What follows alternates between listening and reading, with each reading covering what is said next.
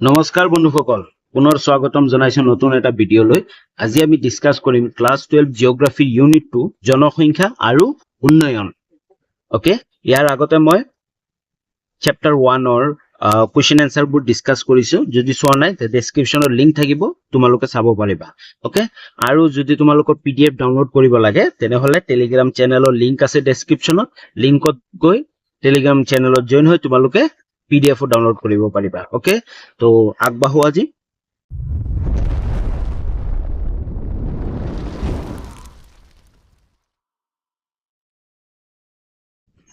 অতি চমু প্ৰশ্ন উত্তৰ। ওকে, আমাক কি কৈছে, তলত দিয়া চাৰিটা বিকল্পৰ পৰা শুদ্ধ উত্তৰটো বাছি উলিওৱা। চাৰিটা অপচন আছে, অপচনৰ পৰা শুদ্ধ উত্তৰটো কোনটো এইটো বাছি উলিয়াব দিছে। এক নম্বৰ আমাক কি কৈছে, তলৰ কোনখন মহাদেশৰ জনসংখ্যা বৃদ্ধিৰ মাত্ৰা সৰ্বাধিক? জনসংখ্যাৰ বৃদ্ধিৰ মাত্ৰা সৰ্বাধিক চোৱা অপচন কেইটা, আফ্ৰিকাত, দক্ষিণ আমেৰিকাত, এছিয়াত আৰু অষ্ট্ৰেলিয়াত। ইয়াৰ শুদ্ধ উত্তৰটো হ'ল আফ্ৰিকাত। চোৱা কিছুমানে ভাবিব আফ্ৰিকা কিয় হ'ল, সকলোতকৈ বেছি জনসংখ্যা কোৱা নাই, জনসংখ্যা কলেতো এছিয়া হ'ব।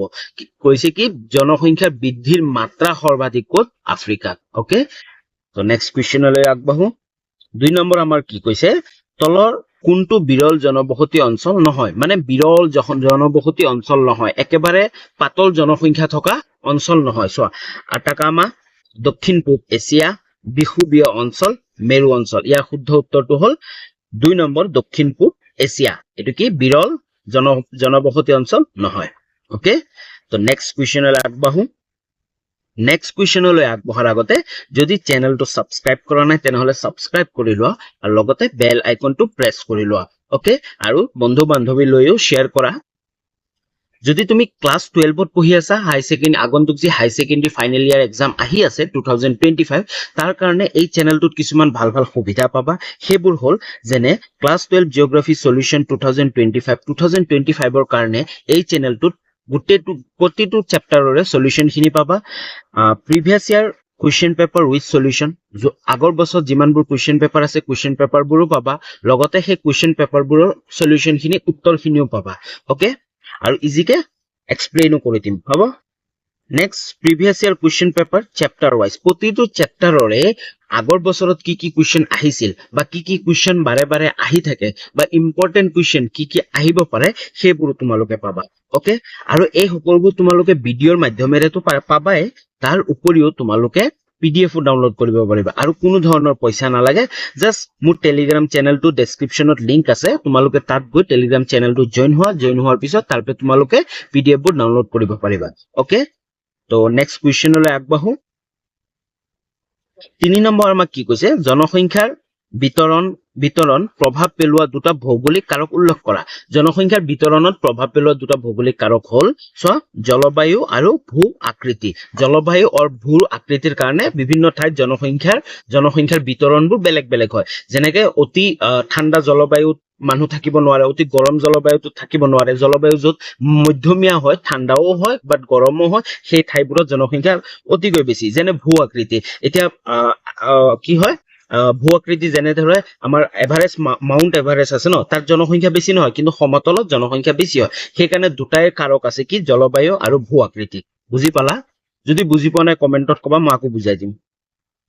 4 নম্বৰ আমাক কি কৈছে, জনসংখ্যা পৰিৱৰ্তনৰ 3টা উপাদান কি কি? জনসংখ্যা যে পৰিৱৰ্তন হয় তাৰ 3টা উপাদান চোৱা, জন্মহাৰ বাৰ্থ ৰেট আৰু মৃত্যুৰ হাৰ ডেথ ৰেট আৰু প্ৰব্ৰজন মাইগ্ৰেশ্যন। জন্মহাৰ, মানুহ জন্ম যদি বেছিকৈ হয় তেনেহলে জনসংখ্যা বৃদ্ধি হ'ব, হয় নাই? যদি জন্মৰ হাৰ কম হয় তেনেহলে জনসংখ্যা বৃদ্ধিও কম হ'ব। ওকে, মৃত্যু যদি বেছি হয়, কিবা মহামাৰীৰ কাৰণে বহুত মৃত্যু হ'ল, তেনেহলে জনসংখ্যা কমি যাব। আৰু প্ৰব্ৰজন, যেতিয়া কোনোবা এটা ঠাইৰ পৰা আন এটা ঠাইলৈ মানুহ প্ৰব্ৰজন কৰি আহে, সেই ঠাইটো যলৈ প্ৰব্ৰজন কৰে সেই ঠাইটো জনসংখ্যা বৃদ্ধি পাব। ওকে, বুজি পালা? নেক্সট কুৱেশ্যনলৈ আগবাঢ়ো। 5 নম্বৰ আমাক কি কৈছে, 21 শতিকাৰ আৰম্ভণিত পৃথিৱীৰ মুঠ জনসংখ্যা কিমান আছিল? একেবাৰে ইজি, 21 শতিকাৰ আৰম্ভণিত পৃথিৱীৰ মুঠ জনসংখ্যা আছিল 61,032 নিযুত। ওকে, কিমান আছিল? 61,032 নিযুত। নেক্সট কুৱেশ্যনলৈ আগবাঢ়ো। নেক্সট কুৱেশ্যন আমাক কি কৈছে, 6 নম্বৰ, এখন দেশৰ জনসংখ্যা কেনেকৈ দেশখনৰ প্ৰাকৃতিক সম্পদ হ'ব পাৰে? মানে এখন দেশৰ জনসংখ্যাবোৰ কেনেকৈ এখন দেশৰ প্ৰাকৃতিক সম্পদ হ'ব পাৰে? চোৱা কি কৈছে উত্তৰটো, দেশ এখনৰ সকলো ধৰণৰ সম্পদৰ উপযুক্ত ব্যৱহাৰৰ যোগেদি দেশখনৰ উন্নতি অৰিহণা যোগাব পাৰিলে সেই দেশৰ জনসংখ্যা দেশখনৰ বাবে প্ৰাকৃতিক সম্পদ হ'ব পাৰে মানে যদি কোনো এখন দেশৰ সম্পদ উপযুক্ত ব্যৱহাৰৰ যোগেদি হা যদি সঠিক ব্যৱহাৰ হয় আৰু সেই ব্যৱহাৰৰ যোগেদি দেশটো যদি উন্নতি কৰে ন সেই উন্নতি কৰিলে কি হ'ব দেশৰ জনসংখ্যা দেশখনৰ বাবে প্ৰাকৃতিক সম্পদ হ'ব পাৰে ওকে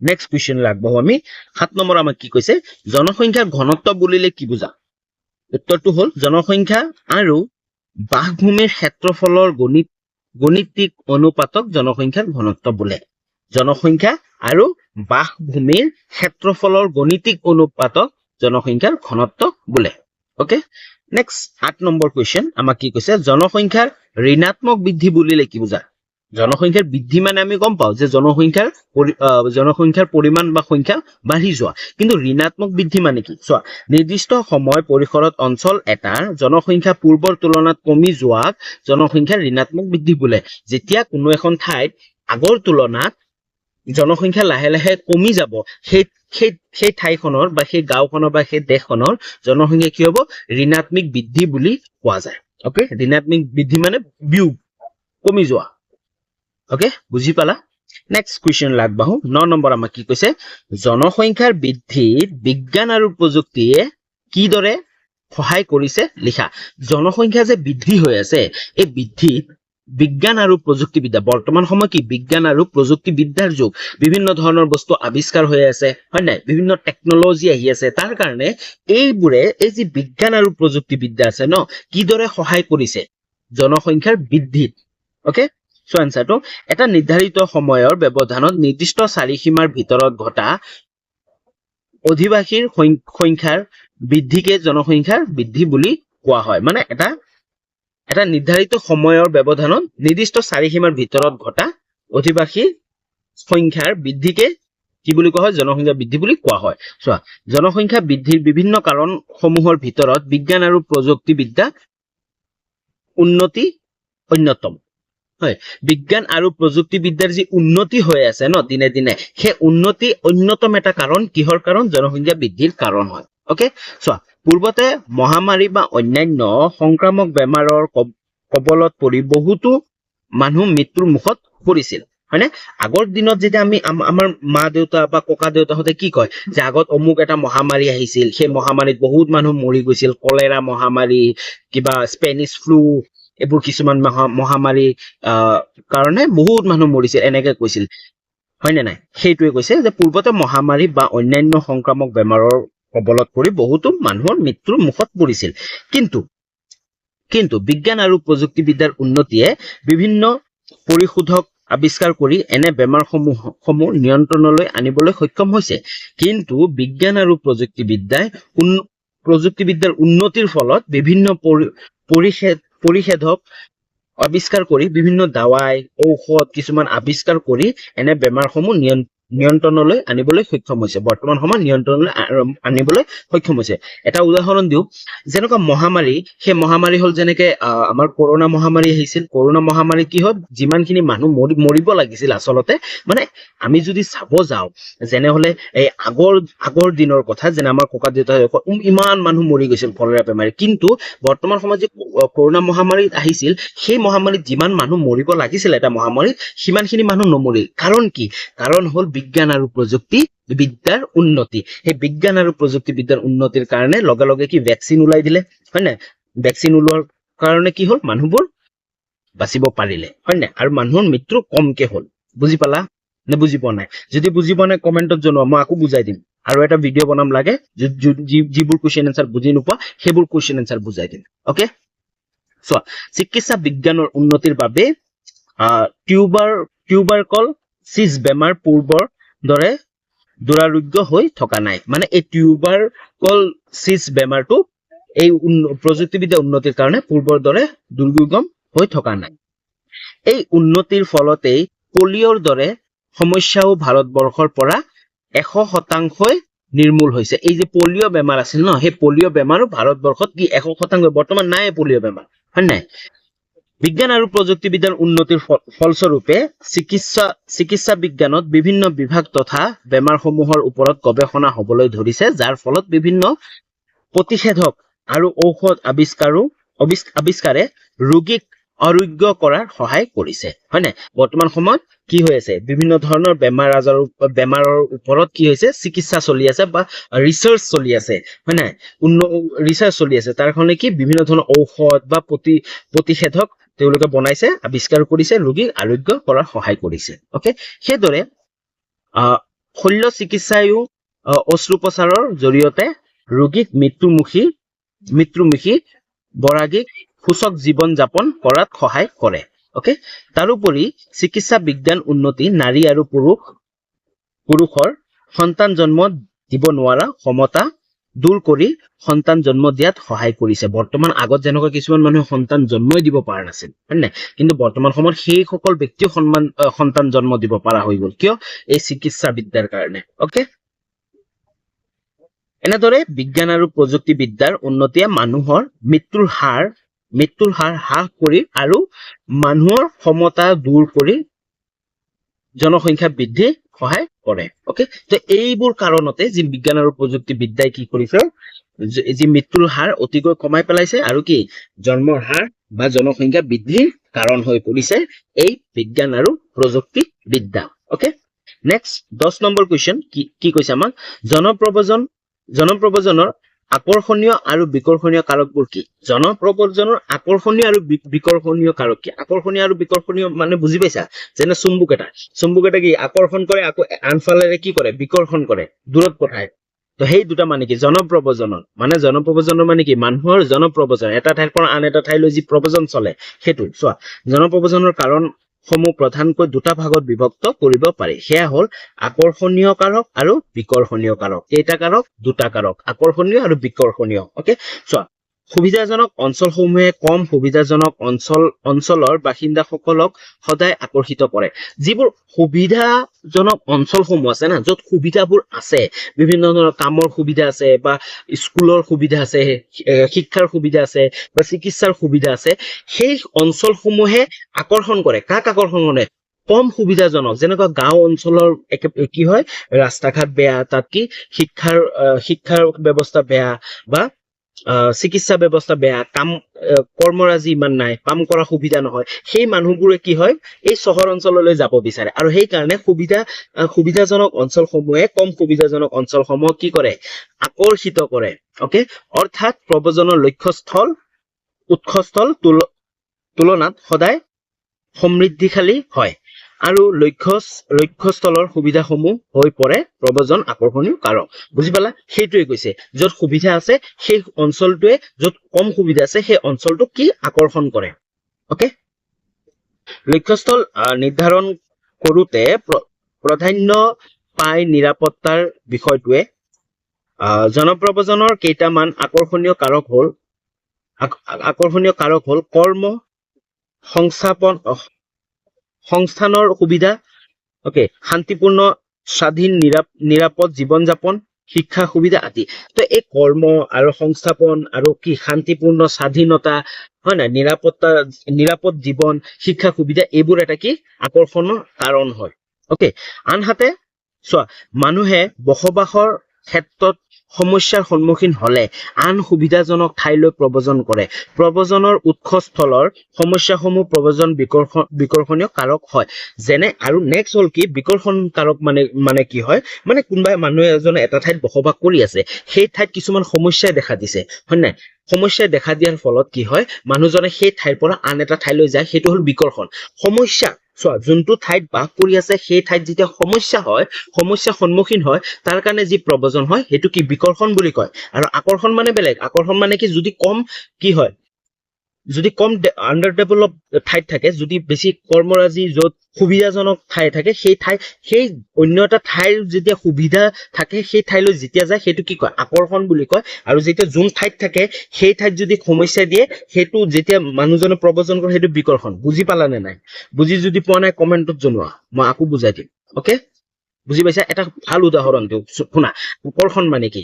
শুনি লোৱা তোমালোকে যে আমি এটা গাঁও অঞ্চলত বাস কৰো আমাৰ গাঁৱত কাম চাম কৰাৰ সুবিধা নহয় বা স্কুল পাতিও সুবিধা নহয় চিকিৎসা সেৱাৰ সুবিধা নহয় তো আমি কি কৰিব বিচাৰো আমি গুৱাহাটী চহৰলৈ যাব বিচাৰো ওকে এইটো হল কি গুৱাহাটী চহৰখনে আকৰ্ষণ কৰিছে এইটো কি কয় আকৰ্ষণীয় কাৰক বুলি কয় আৰু চোৱা বিকৰ্ষণীয় কাৰক কি হয় বুজি পালা আকৰ্ষণীয় কাৰক বিকৰ্ষণীয় কাৰক বুজা যে গুৱাহাটী চহৰত বহুত মানুহ আছে তাত বৰ্তমান সময়ত যি বানপানীৰ সৃষ্টি হৈ আছে কৃত্ৰিম বানপানীৰ সৃষ্টি হৈ আছে মানুহবোৰৰ বহুত সমস্যা হৈ আছে তো মানুহবোৰে কি ভাবি আছে এতিয়া যে গাঁও অঞ্চললৈ যোৱা ভাল তো সেই গাঁও চহৰখনৰ সমস্যাৰ সন্মুখীন হৈ মানুহ এটাই যেতিয়া চহৰটোৰ পৰা গাঁও অঞ্চললৈ গতি কৰিব সেইটো কি হ'ব বিকৰ্ষণীয় কাৰক বুজি পালা ইজি হলনে বুজি পালানে ওকে নেক্সট কি কৈছে প্ৰব্ৰজনৰ বিকৰ্ষণীয় কাৰকসমূহ হল ৰাজনৈতিক অস্থিৰতা নিম্নমানৰ জীৱন যাপন প্ৰাকৃতিক দুৰ্যোগ প্ৰাকৃতিক দুৰ্যোগ কৃত্ৰিম বানপানী উদাহৰণ হয়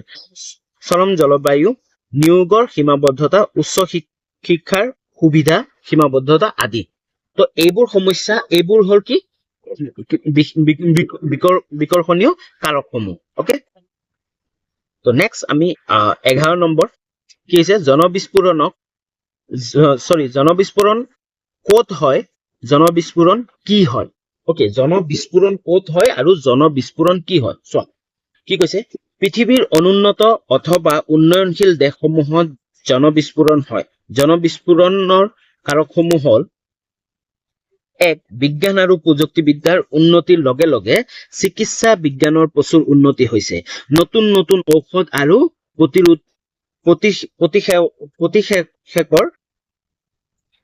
প্ৰতিষেধকৰ আৱিষ্কাৰে মেলেৰিয়া কলাজ্বৰ বসন্ত প্লেগ হাইজা আদি দৰে মহামাৰী ৰোগসমূহ নিৰ্মূল কৰা হৈছে ফলত মৃত্যুৰ হাৰ কমে ওকে চোৱা জনবিস্ফোৰণ মানে কি জনবিস্ফোৰণ মানে হল মানুহৰ অধিক মাত্ৰাত বৃদ্ধি হোৱা মানুহৰ জনসংখ্যা অধিক মাত্ৰাত বৃদ্ধি হোৱা মানে বিস্ফোৰণ এটা প্ৰত্যেক মানুহৰ সংখ্যা বৃদ্ধি হ'ল চোৱা ক'ত হয় বুলি কৈছে চোৱা পৃথিৱীৰ অনুন্নত অথবা উন্নয়নশীল দেশসমূহত জনবিস্ফোৰণ হয় অনুন্নত মানে যিবোৰ দেশ ইমান উন্নয়নশীল নহয় ন বহুত ইমান ডেভেলপ নহয় সেইবোৰ দেশত আৰু উন্নয়নশীল যিবোৰ লাহে লাহে উন্নয়ন হৈ আছে যেনে ভাৰতবৰ্ষ উন্নয়নশীল দেশ এই দেশত কি জনবিস্ফোৰণ হয় ইয়েছ বৰ্তমান সময়ত পৃথিৱীৰ সকলোতকৈ বেছি জনসংখ্যা থকা দেশ হ'ল ভাৰতবৰ্ষ ইয়াত কি হৈছে জনবিস্ফোৰণ হৈছে বুজি পালা তো বিস্ফোৰণৰ কাৰণ কি এটা হল বিজ্ঞান আৰু প্ৰযুক্তিবিদ্যা যেহেতু বিজ্ঞান আৰু প্ৰযুক্তিবিদ্যা লাহে লাহে বৃদ্ধি হৈ আছে হয় না উন্নতি হৈ আছে তাৰ কাৰণে নতুন নতুন ঔষধ ওলাই আছে প্ৰতিষেধক ওলাই আছে তাৰ কাৰণে কি মেলেৰিয়া কলাজ্বৰ বসন্ত প্লেগ হাইজা আদি মহামাৰী ৰোগসমূহ নিৰ্মূল কৰা হৈছে ফলত মৃত্যুৰ হাৰ কমি গৈছে হয়নে সেম আমাৰ ভাৰতবৰ্ষত এইবোৰ বস্তু হৈছে 2 নম্বৰ চোৱা জনবিস্ফোৰণৰ অন্যতম কাৰণ হল অনিয়ন্ত্ৰিত জন্মৰ হাৰ মানে জন্মৰ হাৰ যিটো থাকিব লাগিছিল তাৰপে অধিক মাত্ৰাত বেছি হৈ গৈছে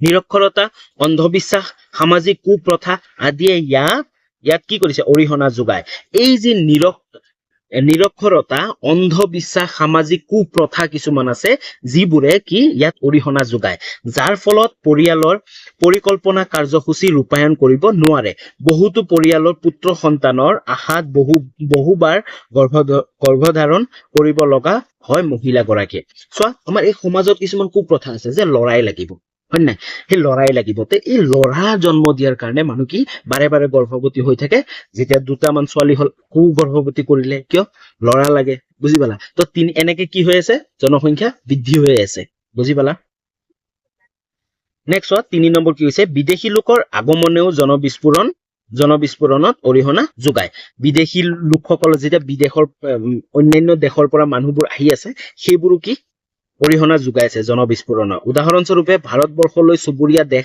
বাংলাদেশ পাকিস্তান নেপাল ভূটান আদি লগতে তিব্বতৰ পৰা বিভিন্ন সময়ত অহা ভগনীয়াই ভাৰতবৰ্ষৰ জনসংখ্যা বৃদ্ধিৰ গুৰুত্বপূৰ্ণ ভূমিকা গ্ৰহণ কৰা দেখা যায় আমি সকলোৱে জানো যে বাংলাদেশ বা ওচৰীয়া যিবোৰ দেশ আছে পাকিস্তান নেপাল ভূটান সেইবোৰ দেশৰ পৰা কি বহুত মানুহ কি ভাৰতলৈ আহি যায় সেই আহি যোৱাৰ ফলতো কি ভাৰতৰ জনসংখ্যা বৃদ্ধি হৈ আছে ওকে কেইদিনমান আগত আমিতো যি বাংলাদেশৰ পৰিস্থিতি হৈছে তাৰ কাৰণে আমি দেখা পাই আছো বিভিন্ন মানুহ ভাৰতলৈ আহিবলৈ চেষ্টা কৰি আছে হয় নাই তো সেইবোৰ এটা কাৰণ 4 নম্বৰ কি বহু অঞ্চলত সামাজিক কুপ্ৰথা হিচাপে বাল্য বিবাহ প্ৰচলন থকা দেখা যায় আমাৰ ভাৰতবৰ্ষত এইটো আছে কিন্তু সামাজিক কুপ্ৰথা বুলি কৈছে এইটো কি হয় বাল্য বিবাহ অতি কম বয়সতে বিবাহ দি দিয়ে যে সেইটো এটা মেইন কাৰণ চোৱা সোনকালে বিয়া হোৱাৰ ফলত স্বাভাৱিক জন্মৰ হাৰ বৃদ্ধি পায় যেতিয়া সোনকালে বিয়া হৈ যাব তেতিয়া হলে কি জন্মৰ হাৰটো অতি সোনকালে বৃদ্ধি যোনটো ছোৱালী 25 বছৰত বিয়া হ'ব লাগিছিল সেইটো কি কিমানত হৈ যায় 16 বছৰ হৈ যায় তো কি স্পীড যোনটো আছে ন জন্মৰ হাৰৰ এটা দুটা তিনিটা চাৰিটা সেইটো জন্ম বাদেই দিয়া যিটো স্পীড আছে ন যিমান সময়ত হ'ব লাগিছিল আচলতে জন্ম তাতকৈ বেছি আগত হৈ আছে বুজি পালা তো নেক্সট 12 নম্বৰ আমাক কি কৈছে জনসংখ্যা পৰিৱৰ্তনৰ স্থানিক বিতৰণ ব্যাখ্যা কৰা জনসংখ্যা পৰিৱৰ্তনৰ স্থানিক বিতৰণ ব্যাখ্যা কৰা চোৱা এটা নিৰ্দিষ্ট সময়ৰ ব্যৱধানত নিৰ্দিষ্ট চাৰিসীমাৰ ভিতৰত ঘটা অধিবাসী জনসংখ্যাৰ হ্ৰাস অথবা বৃদ্ধি ঘটি জনসংখ্যাৰ পৰিমাণ যি পৰিৱৰ্তন ঘটে তাকে জনসংখ্যা পৰিৱৰ্তন বোলে মানে যেতিয়া জনসংখ্যা বৃদ্ধি হয় বা কমি যায় তাকে কি বুলি কোৱা হয় জনসংখ্যাৰ পৰিৱৰ্তন বুলি কোৱা হয় হয় না নিৰ্দিষ্ট চাৰিসীমাৰ ভিতৰত ঘটা হা তাৰপিছত কি কৈছে জনসংখ্যাৰ এই পৰিৱৰ্তনৰ স্থানিক বিতৰণলৈ লক্ষ্য কৰিলে দেখা যায় যে পৃথিৱীৰ সকলো ঠাইতে এই পৰিৱৰ্তনৰ হাৰ একে নহয় উদাহৰণস্বৰূপে মানে এই পৃথিৱীৰ সকলো ঠাইতে এই জনসংখ্যাৰ যি পৰিৱৰ্তন আছে ন বৃদ্ধি বা কমা সকলো ঠাইতে একে নহয় উদাহৰণস্বৰূপে লেটিন আমেৰিকাৰ জনসংখ্যাৰ বৃদ্ধিৰ হাৰ 1.6